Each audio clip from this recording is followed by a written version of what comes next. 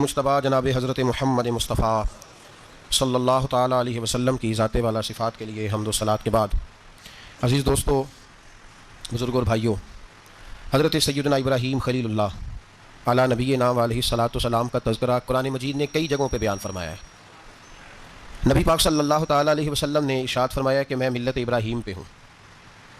حضرت ابراہیم علیہ الصلاۃ والسلام کے سیرت کو، سوانے کو، ان کی زندگی کے واقعات کو قرآن مجید نے متعدد مقامات پہ بیان کیا ہے۔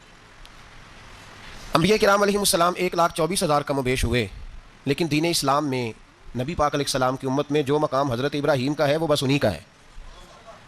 ان کی زندگی ایک بڑی خوبصورت، بڑی منفرد اور مسلمانوں کے لیے بڑی اسوہ نور دینے والی زندگی ہے۔ نبی پاک صلی اللہ علیہ وسلم نے فرمایا میں اپنے باپ حضرت ابراہیم کی دعا بن کے دنیا میں آیا ہوں۔ اور پھر محبوب پاک سید عالم صلی اللہ تعالیٰ علیہ وسلم نے اپنی امت میں بھی جناب ابراہیم کے طریقے کو جاری رکھا۔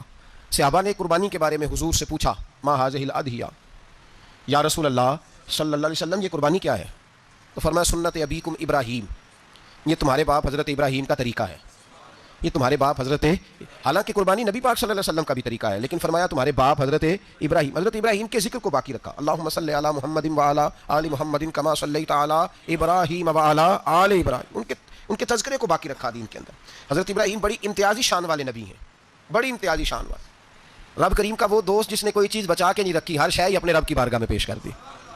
چند چیزوں سے انسان کو بڑا پیار ہوتا ہے، گھر اسے بڑا پیارا ہوتا ہے۔ وہ بڑا خوبصورت ہوٹل، 5 اسٹار ہوٹل میں رہا، وہ اسلام آباد گیا، کسی سفر پہ گیا تو بڑے اعلیٰ قسم کے اس کو کھانے ملے، بڑی چیزیں ملیں، لیکن کبھی دائیں کروٹ کبھی بائیں کروٹ۔ تو ساتھ بیڈ پہ دوست تھا تو اس نے کہا صاحب سو جاؤ، تو اس نے کہا یار جو مزہ اپنے گھر میں سونے کا ہے وہ کسی اور جگہ تھوڑی ہے۔ گھر بڑا پیارا ہوتا ہے، انسان کو لگاؤ ہوتا ہے، جس بے تکلفی سے، سکون سے، آرام سے انسان اپنے گھر میں وقت بتاتا ہے، کہیں اور مشکل ہو جاتا ہے۔ دوسرا، انسان کو اولاد بڑی پیاری ہوتی ہے، بڑی عجیب شے ہے، نہ ہو تب بھی بڑا دکھ ہے، اور ہونے کے بعد بھی اس کی بڑی آزمائشیں، یہ بڑی ایک میٹھی چیز ہے۔ اولاد ایک بڑا عجیب سا میوہ ہے، پتہ نہیں یہ کس انجیکشن کا نام ہے کہ چھاتی پر چڑھ جائے تو اللہ سکون عطا فرما دیتا ہے، پتہ نہیں کس ٹھنڈی دولت کا نام رب کریم نے اولاد رکھا ہے، بڑی پیاری ہوتی ہے اولاد۔ پھر تیسری چیز انسان کی اپنی جان ہے، اور یہ اتنی قیمتی شے ہے کہ اللہ کریم نے فرمایا کہ اگر تیری گردن پہ کوئی آدمی پستول رکھ کے، تلوار تیرے گلے پہ رکھ کے کہے نا کہ رب کا انکار کر دے ورنہ مار دوں گا، تو فرمایا وقتی طور پہ میری ذات کا انکار کر پر جان بچا جا۔ اگر تو مرنے کے قریب ہو گیا ہے اور حرام شے کھائے بغیر تو بچ نہیں سکتا، مر جائے گا، تو فرمایا چل تو اس طرح کر، حرام کھا کے جان بچا، پر جان بچانا فرض ہے، ضروری ہے۔ وطن بڑا پیارا، اولاد بڑی پیاری، جان بڑی پیاری۔ اور حضرت ابراہیم سے رب کریم نے فرمایا چل ابراہیم کوئی چیز دے، تو کہا یا اللہ تینوں ہی تیرے نام پہ قربان کرتا ہوں، تیری ہوئی ساری، ہر شے تیری۔ حضرت ابراہیم نے دین کے لیے، آپ شہر بابل کے قریب پیدا ہوئے تھے، وہاں سے مصر آئے، مصر سے فلسطین آئے، اور فلسطین سے آ کر کے کعبہ آباد فرمایا۔ زندگی سفروں میں گزری، سفر ایک تکلیف والی چیز ہے، پر حضرت ابراہیم نے وطن چھوڑ دیا، گھر چھوڑ دیا۔ جان بڑی عزیز ہوتی ہے اصل میں نا، جب انسان جد و جہد کرتا ہے نا دین کے لیے تو اس کے رستے میں بڑی چیزیں آتی ہیں، کبھی اولاد، کبھی گھر، کبھی باہر، کبھی حکومتیں، کبھی سیاستیں، کبھی چدراہٹیں، اس کے رستے میں بڑا کچھ آتا ہے، اور اسے ہر چیز کو فیس کرنا پڑتا ہے۔ گھر کے اندر بھی جنگ ہوتی ہے اور گھر کے باہر بھی لڑائی ہوتی ہے، یہ آسان ہے ہی نہیں۔ ہم تو خیر ہتھیار چھوڑ کے پھینکنے والے لوگ ہیں، ہم بھولے بھالے لوگ ہیں، ہم کہتے ہیں میں نے تو کہا تھا مہندی نہ کرو، پر بیٹے نہیں مانے، بولے جو ہوئے۔ اسی طرح حالانکہ اگر وہ بیٹا کہنا کہ ابا جی لاؤ زندگی میں سارا کچھ میرے نام کرو، تو پھر ہم بولے نہیں ہوتے، اور اس وقت ہم تیز ہوتے ہیں، کہتے ہیں یہ کیسے ہو سکتا ہے، ہاتھ کاٹ کے دے دوں، اس وقت نہیں۔ دین کے معاملے میں بولے ہوتے ہیں، بیٹا بعد مذہب کے پاس جا رہا ہے تو اس وقت ہم بولے بالے ہیں، کوئی عرض نہیں، لیکن اگر وہ اپنی پسند کی شادی کرے ہمیں کراس کر کے، پھر ساتھ ہی ہم تیز ہو جاتے ہیں۔ تو حضرت ابراہیم نے جب دین کے لیے نکلے تو جد و جہد کی، گھر کے اندر بھی گھر کے باہر بھی۔ آپ کے والد کا نام طارق ہے، وہ توحید پرست تھے، ایماندار تھے، پرہیزگار تھے۔ آپ کے چچا کا نام آزر ہے، وہ بت پرست تھے، بت بیچا کرتے تھے۔ حضرت سیدنا ابراہیم علیہ السلام جب میدان عمل میں نکلے تو حضرت ابراہیم علیہ السلام نے اپنے گھر سے جہاد شروع کیا، لڑنا پڑا، گھر کے اصولوں سے، چچا نے جو رواج بنائے ہوئے تھے اس رواج سے ٹکرائے۔ فرمایا میں اپنے گھر کے اندر یہ بت پرستی نہیں ہونے دوں گا۔ چچا کو ایک دفعہ نہیں بار بار 100 دفعہ سمجھایا۔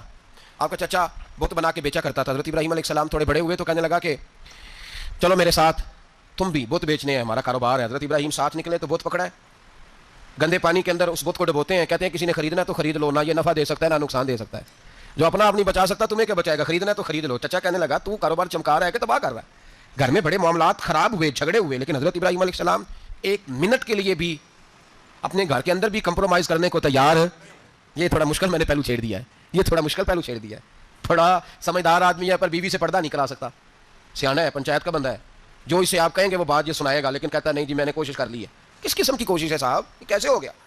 حضرت ابراہیم علیہ الصلوۃ والسلام نے گھر کے اندر سے فرمایا نہیں کرنے دوں گا، گھر کے اندر بھی ٹکرائے، فرمایا تم جو بھی ہو پاش پاش کیا چچا کے اصولوں کو، اور باہر جب نکلے تو صرف علاقے کے چیئرمین سے نہیں ٹکرائے، ایم پی ایم این اے وزیر مشیر سے نہیں ٹکرائے، سپر پاور نمرود دنیا کا واحد حکمران تھا اس وقت، دوسرا کوئی حکمران ہی نہیں تھا، اکیلے حکمران سے جا کر ٹکرائے، کوئی ساتھ فوج نہیں تھی، کوئی ساتھ ان کے طاقت بظاہر دنیا داری کی کوئی نہیں تھی، پر حضرت ابراہیم جا کے ٹکرائے. اور میرے رسول پاک صلی اللہ علیہ وسلم نے سند بیان کی، فرمایا افضل الجہاد کلمۃ الحق عند سلطان الجابر، فرمایا سب سے افضل جہاد یہ ہے کہ تو ظالم بادشاہ کے سامنے کھڑے ہو کے حق بات بیان کر دے، یہ سب سے بڑا جہاد ہے، یہ سب سے افضل الجہاد کلمۃ الحق عند سلطان الجابر، سب سے بڑا جہاد. حضرت ابراہیم کھڑے ہو گئے، سپر پاور سے ٹکرائے.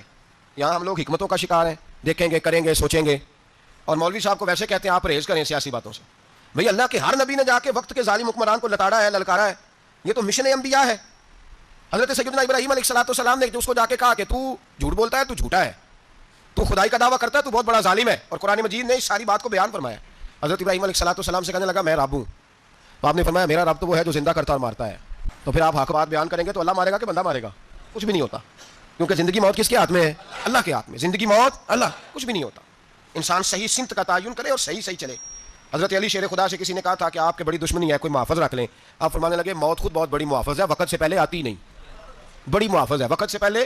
علامہ نورانی رحمۃ اللہ تعالیٰ علیہ کراچی جیسے شہر میں رہا کرتے تھے جہاں گام گام پہ خطرہ تھا. لوگوں نے کہا حضرت اتنے بڑے لیڈر ہو، آپ کی جماعت کی 62 سیٹیں ہوئی قومی اسمبلی میں، ایک ایسا وقت بھی آیا تو کوئی ایک آدمی بندوق والا.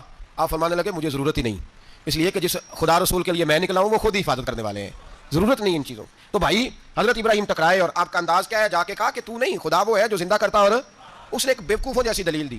ایک آدمی کو کل پھانسی دینی تھی تو اس کو بلایا، کہنے لگا تجھے کب پھانسی ہے؟ اس نے کہا کل. کہنے لگا جا تجھے آزاد کیا، زندگی دی، اس کو چھٹی دے دی. ایک عام آدمی بیچارہ بیٹھا تھا، اس کو پکڑ کے نا کہنے لگا اس کی گردن اڑا دو. کہنے لگا دیکھ لو میں بھی زندہ کرتا اور مارتا ہوں، وہ جو کل مرنے والا تھا میں نے زندہ کر دیا ہے، اور جس کو پتہ ہی نہیں تھا کہ میں نے مرنا ہے اسے پکڑ کے میں نے مار دیا ہے. یہ بیوقوفوں جیسی دلیل ہے. حضرت سیدنا ابراہیم علیہ الصلوۃ والسلام چاہتے تو اسی وقت دلیل توڑ دیتے کہ تو کیا بیوقوفوں جیسی بات کر رہا ہے، اگر تو زندگی دیتا ہے تو مرے ہوئے میں جان ڈال کے دے جس کو تو نے مارا ہے. لیکن حضرت ابراہیم نے دیکھا کہ بیوقوف ہے، بیوقوفوں سے بحث نہیں ہوتی، دلیل بدل لی جاتی ہے، ان کی عقل کے مطابق بات کی جاتی ہے. حضرت ابراہیم فرمانے لگے میرا رب وہ ہے جو سورج مشرق سے نکالتا ہے اور مغرب میں غروب کرتا ہے، تو اگر رب ہے تو مغرب سے نکال کے مشرق میں غروب کر. فبہت الذی کفر، کافر لاجواب ہو گیا، اس کے پاس اس چیز کا کوئی جواب نہیں تھا. علامہ اسماعیل حقی نے خوبصورت فقرہ لکھا ہے، خوبصورت جان ڈال دی ایک جملہ کہہ کے. حضرت سیدنا علامہ اسماعیل حقی رحمۃ اللہ علیہ فرمانے لگے چونکہ نمرود بیوقوفوں جیسی باتیں کر رہا تھا، اگر وہ یہ کہہ دیتا نا کہ میں سورج کو نکالتا ہوں مشرق سے، میں غروب کرتا ہوں معاذ اللہ مغرب میں نکالتا ہوں، تو آپ اپنے رب سے کہیے کہ وہ مغرب سے نکال کے مشرق میں غروب کرے. علامہ اسماعیل حقی فرماتے ہیں رب کریم کی آواز قدرت تھی، مالک حضرت ابراہیم علیہ الصلوۃ والسلام کے اس، اگر وہ کہہ دیتا اور حضرت ابراہیم دعا کر دیتے تو رب کریم نے فرشتوں کو تیار بٹھایا ہوا تھا. فرمایا اگر یہ کہہ دے میرے خلیل سے کہ سورج مغرب سے نکال کے مشرق میں غروب کرنا ہے تو تیار رہنا، جس طرح خلیل کہیں گے ویسے ہی کر دیں گے. واتخذ اللہ ابراہیم خلیلا، ابراہیم ہمارا دوست جو ہوا، جیسے کہے گا ویسے کر دیں گے. حضرت سیدنا ابراہیم علیہ السلام کی باتوں کا جب جواب نہ دے سکا، دلیل نہیں بندہ دیتا، پھر لڑائی کرتا ہے، پھر جھوٹے موٹے اعتراض کرتا ہے. دلیل ختم ہوتی ہے تو لوگ ذاتیات پہ اترتے ہیں، کہتے ہیں یہ کھانستا صحیح نہیں، دیکھتا صحیح نہیں. دلیل ختم، اب ذاتیات پہ اترے، کہنے لگے مجھے پتہ چلا ہے کہ یہ فلانی جگہ گیا تھا تو وہاں جا کے اس نے اس طرح کیا ہے. پھر لوگ ذاتیات پہ اترتے ہیں، جب دلیل کا جواب دلیل سے نہیں دے پاتے پھر ذاتیات پر اتر کر حملے کرتے ہیں. حضرت ابراہیم کے دلائل کا جواب نمرود نہ دے سکا تو کہنے لگا کہ اس کو آگ میں ڈال دو. قوم گئی ہوئی تھی ساری، آپ نے بات سنی ہوئی ہے، میں نے صرف اشارہ دینا ہے، میلے پہ. تو حضرت سیدنا ابراہیم علیہ السلام نے سارے بت توڑ دیے، کلاڑا بڑے بت کی گردن پہ رکھا. واپس آئے، کہنے لگے بت کس نے توڑے ہیں؟ تو فرمایا اس سے پوچھ لو جس کی گردن پہ کلاڑا ہے. کہنے لگے یہ تو بول ہی نہیں سکتا. تو فرمانے لگے بڑے بیوقوف ہو جو بولتا ہی نہیں، سنتا ہی نہیں، اپنا آپ نہیں بچا سکتا، اس کی پوجا کرتے ہو. کہنے لگے پکڑو دلیلیں ختم ہو گئی، اس کو آگ میں ڈالو. بہت بڑی حویلی 45 فٹ مربع پہ مشتمل ایک حویلی بنائی گئی اور 45 فٹ اونچی. مختلف روایات، علامہ اسماعیل حقی کہتے ہیں کہ 3 مہینے تک نمرود نے کہا کہ اس کے اندر لکڑیاں ڈالو. لوگ پوچھنے لگے کتنی دنیا جلانی ہے؟ کہنے لگا بندہ تو ایک جلانا ہے پر بندہ بڑا تگڑا ہے، ایک بندہ. 3 مہینے لکڑیاں ڈالی گئیں. اور لوگوں کی جو تہمات ہوتی ہیں نا وہ بڑی عجیب ہوتی ہیں. تہمات میں نے بڑی تفصیل سے رمضان المبارک میں گفتگو کی تھی. بدشگونی، تہمات لوگ لیتے ہیں. اس وقت بھی لوگ تہمات کا شکار ہو گئے، عقیدہ بگڑ جاتا ہے تو وہ عجیب و غریب باتیں کرنے لگتا ہے. تو ہم مات کا شکار ہو گئے. بیویاں نظر مانتی, میں بیمار ہوں اگر صحیح ہو گئی تو اتنے من لکڑی دوں گی حضرت ابراہیم کی آگ جلانے کے لیے. ایک عورت لے کے جا رہی ہے لکڑیاں, ایک نیک دل آدمی نے اس سے پوچھا کہاں جا رہی ہو؟ کہنے لگی میں نے منت مانی تھی تو حضرت ابراہیم علیہ الصلوۃ والسلام کو معاذ اللہ جلانے کے لیے لکڑیاں لے کے جا رہی ہوں. تو وہ رب کریم کے بندے کہنے لگے تو ڈھونڈتی رہے گی تجھے وہ جگہ ملے گی نہیں.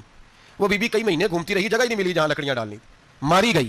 تو ہم مات کا شکار ہوئے بہت سارے لوگ. تو ہم مات کا بھائی, تو ہم مات دین کے اندر منع ہے. تو ہم مات دین میں کوئی نظر ماننا, کوئی کسی بزرگ کے مزار پہ جا کے سالے ثواب کے لیے کوئی چیز ماننا, یہ تو درست ہوا. لیکن غیر شرعی نظریں مان لینا کہ میں آ کے تو چکر لگاؤں گا, میں جناب وہاں جا کے یہ والا تماشا کروں گا, میں دھاگا باندھوں گا, میں رسا کاٹوں گا, میں وہاں گندے ہو سے پانی پیوں گا, ان کی شریعت اجازت, یہ تو ہم مات ہیں, بدشگونی ہے. دین میں ان کی کوئی گنجائش. آپ نظر ماننے سے پہلے بھی کسی عالم سے رابطہ کریں کہ میں منت مانگنے لگاؤں تو کیسے ماننی چاہیے, اس کا طریقہ پوچھیں. ایسے ہی غلط چیز کی منت تھوڑی مان لی جائے گی. بہرحال آمدام برسر مطلب حضرت ابراہیم کے لیے آگ جلائی گئی. 45 فٹ اونچی آگ ہے, پرندہ بھی اوپر سے گزرتا ہے تو نیچے گر جاتا ہے جل کے. اتنے دن لگا کے آگ جلائی گئی. اب حضرت ابراہیم کو جلایا جانے لگا ہے. یہاں تو موجیں ہے نا, جو کسی ادارے کا سربراہ ہے اس کے لیے موج ہے, کسی جگہ آفیسر بن گیا تو موج ہے, پیر صاحب کے لیے موج ہے, علامہ صاحب کے لیے موج ہے, خطیب صاحب کے لیے موج ہے. جلنا کس کو پڑتا ہے؟ وہ علی کوئی نہیں رہا ماشاء اللہ, وہ لوگ گزر گئے جو تکلیفیں سہ کے کام کرتے تھے, گزر گیا زمانہ. حضرت سیدنا ابراہیم علیہ السلام کو جلایا جانے لگا ہے تو اب اتنی بڑی آگ ہے تو ڈالیں کیسے؟ شیطان نے تجویز دی کہ منجنیق بناؤ, منجنیق, بڑے بڑے بانس باندھ کے ان کے نیچے رسا باندھو. وہ جس طرح جھولنے کے لیے جھولا بنایا جاتا ہے اس طرح ایک منجنیق پرانے زمانے میں اس میں پتھر رکھ کے پھینکے جاتے تھے دشمنوں پہ. وہ منجنیق بنائی گئی کہ دور سے حضرت ابراہیم کو پھینکیں گے. ہاتھ حضرت ابراہیم کے باندھ دیے, پاؤں مبارک باندھ دیے, پوری زمین پہ ایک نام لینے والا خدا کا, اور اس کو آج رسیوں میں جکڑا ہوا ہے. جب پھینکا جانے لگا نا آگ میں, ہوئے رونے لگی, فرشتے تڑپنے لگے, اے اللہ یہ کیا ہونے لگا ہے, ایک تیرا خلیل اور وہ بھی آگ میں. فرمایا جاؤ جا کے اسے کہو اگر تمہاری مدد لیتا ہے تو اسے بچاؤ. ہوا کا فرشتہ آیا, کہا ابراہیم اگر تو کہے. او بھائی ان چیزوں کو کہانی سمجھ کے نہ سنا کریں, یہ داستان نہیں, یہ وہ طریقے ہیں جو ہمارے رسول نے ہمیں اپنانے کا حکم ارشاد فرمایا ہے. جو عقیدے, یہ وہ نظریات ہیں جو ہمیں اوڑھنے کو کہا گیا اپنے رب کریم کی رضا پہ راضی رہنے کے. یہ وہ خوبصورت مواقع ہیں صوفیاء نے جن کو بنا کر سمجھا کر ہم تک پہنچایا ہے. یہ ہے اہل طریقت کی باتیں. وہ کہتے ہیں یار جس حال میں رکھے راضی رہنا ہے. حضرت ابراہیم علیہ السلام کو پھینکا جا رہا ہے, فرشتہ آیا, اے اللہ کے خلیل اگر حکم دو تو اتنی ہوا چلاؤں کہ نمرودی جل جائیں سارے, آگ ان پہ پھینک دی جائے. آپ نے فرمایا تو جا, تجھ سے مجھے کوئی کام نہیں. تھوڑی دیر کے بعد پانی کا فرشتہ آیا, کہا حضور اتنی بارش برساؤں گا کہ آگ بجھ جائے گی. فرمایا تو جا, تجھ سے کوئی کام نہیں. اب جب منجنیق میں رکھ دیے گئے, آگ میں جانے کا لمحہ ہے, تیاری ہے, حضرت جبریل امین حاضر خدمت ہوئے. کہا ابراہیم کوئی حاجت؟ فرمایا تجھ سے کوئی نہیں. کہا چلو مجھ سے نہیں تو رب کریم سے ہی بات کر لو, مجھے پتا ہے میں چھوٹا ہوں, آپ مجھ سے مدد کیوں لوگے, رب کریم سے ہی بات کر لیں. تو حضرت ابراہیم کہنے لگے جبریل یہ بتا, رب کو نہیں پتا اس کا خلیل کس حال میں ہے, اسے نہیں پتا میں کس حال میں ہوں, میرے ہاتھ بندے ہیں پیر بندے ہیں آگ میں, اسے نہیں پتا. بتایا تو اس سے جاتا ہے جس سے خبر نہ ہو. تو اگر اسے پتا ہے تو اگر وہ جلانے پہ راضی ہے تو میں بھی جلنے کو تیار ہوں, میں تیار ہوں, میں تیار ہوں. اسے کہو ٹھیک ہے. حضرت سیدنا ابراہیم علیہ السلام کو منجنیق میں ڈال کے جو پھینکا آگ میں, یا نارکونی بردم و سلام علی ابراہیم, اللہ نے فرمایا اے آگ میرے ابراہیم پہ ٹھنڈی بھی ہو جا اور سلامتی والی بھی ہو جا. حضرت ابراہیم کو 2 فرشتوں نے بٹھا دیا زمین پہ, پھول کھلے ہیں, کونپلیں مہک رہی ہیں, کلیاں خوشبو دے رہی ہیں. حضرت ابراہیم نے سر سجدے میں رکھ دیا, سبحان اللہ والحمد للہ ولا الہ الا اللہ واللہ اکبر. حضرت ابراہیم اللہ کی تسبیح پڑھنے لگے, رب کریم کا شکر بجا لانے لگے. نکلے وہاں سے, کچھ دن گزر گئے, نکلے, حکم ہو گیا ابراہیم علاقہ چھوڑ دو. حضرت ابراہیم علیہ السلام وہاں سے نکل کے مصر آئے, چچا کے پاس ٹھہرے. انہوں نے اپنی بیٹی جناب سارہ کا نکاح کر دیا. کچھ آگے بڑھے تو ایک ظالم بادشاہ سے ٹکرائے. اس نے ایک شہزادی, ایک بادشاہ کی بیٹی قید کی ہوئی تھی, جناب ہاجرہ نام تھا, ان کو قید سے چھڑا کے ساتھ لائے. حضرت لوط علیہ السلام بھی ساتھ. یہ 4 لوگوں کا قافلہ چلا, فلسطین میں جا کے پڑاؤ ڈالا, گھر بار چھوڑا, تبلیغ شروع ہوئی. حضرت ابراہیم کے گھر میں 2 خواتین ہیں, ایک آپ کی بیوی ہیں, ایک حضرت ہاجرہ ہے. اولاد کوئی نہیں, بڑا میوہ میٹھا. گھر وہی آباد ہوتا ہے جس میں بچے روتے ہیں, گھر ہوتا ہی وہ ہے جس میں بچوں کی چنچناہٹ ہوتی ہے, بھن بناہٹ ہوتی ہے. حضرت ابراہیم نے ایک بچہ روتے ہوئے دیکھا تو آنکھوں میں آنسو آئے, کہنے لگے ربی حبلی من الصالحین, یا اللہ مجھے بھی نیک اولاد عطا کر دے. حضرت سارہ نے سن لیا, کہنے لگی ابراہیم شاید میرے بطن سے تو آپ کو نصیب نہیں, ہاجرہ سے نکاح کر لو. نہ بھی ہاجرہ سے نکاح ہوا. اللہ تو بڑا بے نیاز ہے, رب کریم نے حضرت اسماعیل جیسا خوبصورت بیٹا عطا فرمایا. بیٹا کالا سیاہ بھی ہو تو سینے کی ٹھنڈک ہوتا ہے, پر یہ تو وہ بیٹا ہے جس کی پیشانی میں نور محمدی چمکتا ہے صلی اللہ علیہ وسلم. حضرت سیدنا اسماعیل اتنے خوبصورت.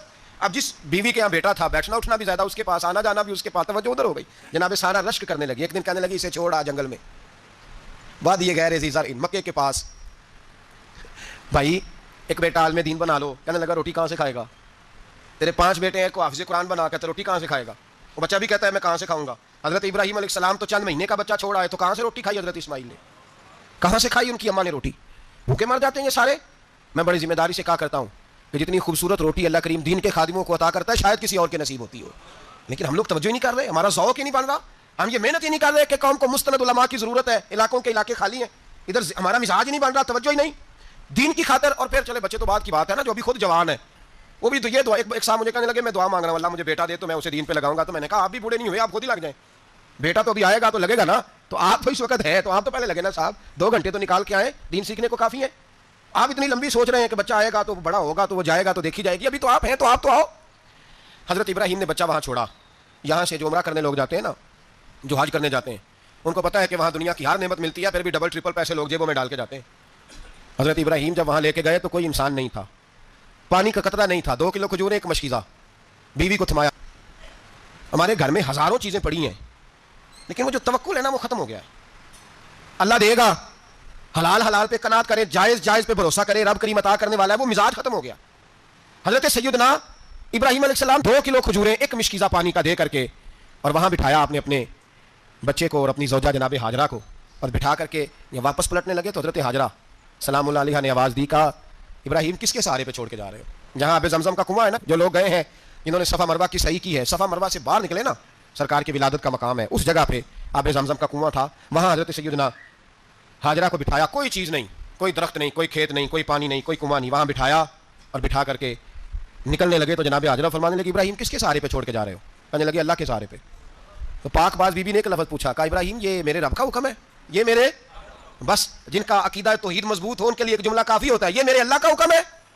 تو جناب ابراہیم علیہ السلام فرمانے لگے ہاجرہ ہاں رب کا حکم ہے. جب یہ لفظ کہے تو چاہیے تھا نا حضرت ابراہیم تسلی دیتے, تو بی بی صاحبہ تسلی دینے لگی, عرض کرنے لگی ابراہیم اگر اللہ کا حکم ہے تو پھر آپ ہماری فکر نہ کرنا, اگر یہ رب کا حکم ہے تو پھر ہماری فکر نہ کرنا, جس رب نے ہمیں یہاں تک پہنچایا ہے وہ ہمیں کبھی بھی ضائع نہیں فرمائے گا, پھر فکر نہ کرنا. حضرت ابراہیم آ گئے, بات آپ نے سنی ہوئی ہے, اشارہ کرنا مقصود ہے. 13 سال میں چلے مان بھی لیا جائے بعض روایات کی روشنی میں کہ آتے جاتے بھی رہے, لیکن مکمل دیکھ بھال اپنے بچے کی پرورش میں پورا حضرت ابراہیم علیہ السلام کا کردار, سارا کردار ماں کا تھا. میں جب خواتین کے بارے میں کوئی بات کرتا ہوں تو میں آپ کو اکثر کہتا ہوں کہ یہ صرف بیوی کے لیے حکم نہیں ہوتا, یہ ٹریننگ بیٹی کو دینی ہے اور بہن کو دینی ہے, یہ تربیت کرے اپنے گھر میں. میں تجربے کی روشنی میں یہ بات عرض کیا کرتا ہوں کہ بھائی بچے باپ کے فرما بردار اس وقت ہوتے ہیں جب اماں انہیں باپ کا فرما بردار کرتی ہے, اور بچے باپ کے نافرمان بھی تب ہوتے ہیں جب اماں انہیں باپ کا. میں نے اپنے کانوں سے سنا ایک دفعہ, ایک بچہ اپنے باپ سے کہہ رہا ہے آپ نے تو ساری زندگی باہر گزار دی, پیسے کمانا کون سا مشکل کام ہے, دکھ سکھ تو سارے اماں نے برداشت کیے, اسکولوں میں وہ جاتی تھی, فلانا کام وہ کرتی تھی, فلانا کام. اب یہ سوچ اس کی ذاتی تو نہیں, یہ اس کو دی گئی ہے, اور اگر اس کو یہ سوچ دے دی جائے کہ اماں کہے کہ میں تو اپنوں میں رہی ساری زندگی, میں نے تو اپنوں میں وقت گزارا, اور تیرا باپ تو کئی دفعہ جنازے بھی نہیں پڑھ سکا, نے تو ماں باپ ایسے دفن کر دیے, وہ اگر یہ سوچ فراہم کرے تو پھر بچہ باپ کا فرما بردار ہوتا ہے. اور یہ والی روایتیں ہم بیوی کو سناتے ہیں, حالانکہ کس کو سنانی چاہیے بولیے؟ بہن اور بیٹی کو, بہن اور بیٹی کو سنائیں یہ باتیں, ان کو سمجھائیں تاکہ آگے جا کے وہ جو گھر ترتیب دیں وہ گھر بڑا عمدہ اور نکھرا ہوا ہو. حضرت سیدنا ابراہیم 13 سال کے بعد آئے, چونکہ گھر میں اللہ تبارک و تعالیٰ کی دوستی کا چرچا تھا, اللہ تبارک و تعالیٰ کی محبوبیت کا غلبہ تھا. 13 سال کے بعد فلما بالغ معه السعی, بیٹا جب اتنا بڑا ہوا کہ سال چلنے لگا تو حضرت ابراہیم نے اپنے بیٹے کو بلا کے کہا بیٹا مجھے خواب آئی ہے, میں تجھے ذبح کر رہا ہوں, تیری کیا رضا ہے؟ حضرت اسماعیل کہنے لگے یا ابا افعل ما تؤمر, ابا جی اللہ جیسے حکم دیتا ہے میرے ساتھ ویسے ہی کریں, جیسے اللہ حکم دیتا ہے ویسے ہی بولیے ویسے ہی کریں. حضرت ہاجرہ کو کہا کہ ایک دوست نے دعوت کی ہے تو وہاں جا رہے ہیں, بی بی مطمئن ہے, تفصیلات کی ضرورت نہیں, ختم بات, اعتبار ہے, مطمئن ہو گئی. شیطان پیچھے سے آیا اماں کے پاس, ذرا تھوڑی دیر کے لیے تصور جمائیے, یہاں تو پڑوسن آ کے کوئی بات بتا دیتی ہے خاوند کے بارے میں تو کئی مہینے جھگڑا جاری رہتا ہے, پڑوسن محلے دار. شیطان نے آ کے بتایا لفظ کیا ہے, کہا حضرت تمہیں پتا ہے کہاں جا رہے ہیں؟ کہا دوست کی دعوت میں. تو کہنے لگے دوست کون ہے؟ رب کریم, اور ابراہیم کا خیال ہے کہ اس رب نے مجھے حکم دیا ہے کہ میں ذبح کروں. تو حضرت ہاجرہ کہنے لگی کبھی باپ بھی بیٹا ذبح کرتے ہیں؟ شیطان کہنے لگا ان کا خیال ہے کہ ان کے رب نے حکم دیا ہے. جناب ہاجرہ فرمانے لگی اگر رب نے حکم دیا تو پھر تو مجھے شیطان لگتا ہے, تو مجھے شیطان لگتا ہے. کا کیا مطلب؟ فرمانے لگی اگر رب کریم کا حکم ہے تو میرے پاس 1 اسماعیل ہے, اگر 1000 بھی ہوتے میں سارے اللہ کے راستے میں پیش کر دیتا, دے دیتی, مالک کا ہی تو ہے سارا کچھ, اسی کا ہے, اس میں لیت اللہ کی کیا گنجائش. حضرت سیدنا ابراہیم علیہ السلام نے بیٹے کے حلق پہ چھری رکھ بھی دی اور چھری چلا بھی دی, رکھ بھی دی, اور وہ تو اللہ کریم نے فرمایا یا ابراہیم قد صدقت الرؤیا, ابراہیم تو نے خواب سچا کر دکھایا, وہ قیامت تک تیرا نام رہے گا. حضرت ابراہیم نے وطن بھی دیا, جان بھی دی, بیٹا بھی, اللہ کریم نے دمبے دیے, فرمایا یہ فدیہ ہے. اب یہ قربانی قیامت تک حضرت ابراہیم کے طریقے کے مطابق جاری ہے. حضرت ابراہیم بہت بڑے مہمان نواز تھے, بہت بڑے. آپ جب مصر میں قیام تھا تو بڑے بڑے لمبے چوڑے لنگر پکتے تھے, لوگ آیا جایا کرتے تھے, بڑا تفصیل کے ساتھ کھانا ہوتا تھا. مہمان نوازی آپ کی خاص صفت مبارکہ ہے. ہمارے ہاں بھی مہمان نوازی ہوتی ہے امیروں کی, بلکہ اب تو مہمان نوازی اس طرح کی ہے کہ کل تیری میرے پاس دعوت ہے, پرسوں میری تیرے پاس ہے. وہی امیروں میں وہ چکر رہتا ہے, پارٹیاں دوست ایک دوسرے کو ڈالتے ہیں, تیری طرف پارٹی, تیری طرف. اور اسی انداز میں اب یہ عید آئے گی نا، ٹکا پارٹیاں ہوں گی جگہ جگہ، اور لوگ سوال پوچھنے لگے ابھی سے، کہتے ہیں قربانی کا کتنا گوشت گھر رکھنا جائز ہے، قربانی کا کتنا گوشت گھر رکھنا جائز ہے؟ سارا ہی جی ہاں، اس لیے فریزر لے لیں، فریج سے نہیں کام چلے گا، سارا ہی جائز گھر رکھنا، سارا ہی جائز ہے، رکھ لیں۔ اور خدا کے بندے، قربانی وہ بندہ دیتا ہے جو سارا سال ہی گوشت کھاتا ہے، صحیح کہہ رہا ہوں؟ قربانی صاحب نصاب، صاحب استطاعت بندہ دیتا ہے نا، تو وہ سارا سال ہی گوشت، تو سارا گھر میں رکھنا بھی جائز ہے، لیکن سارا دے دینا بھی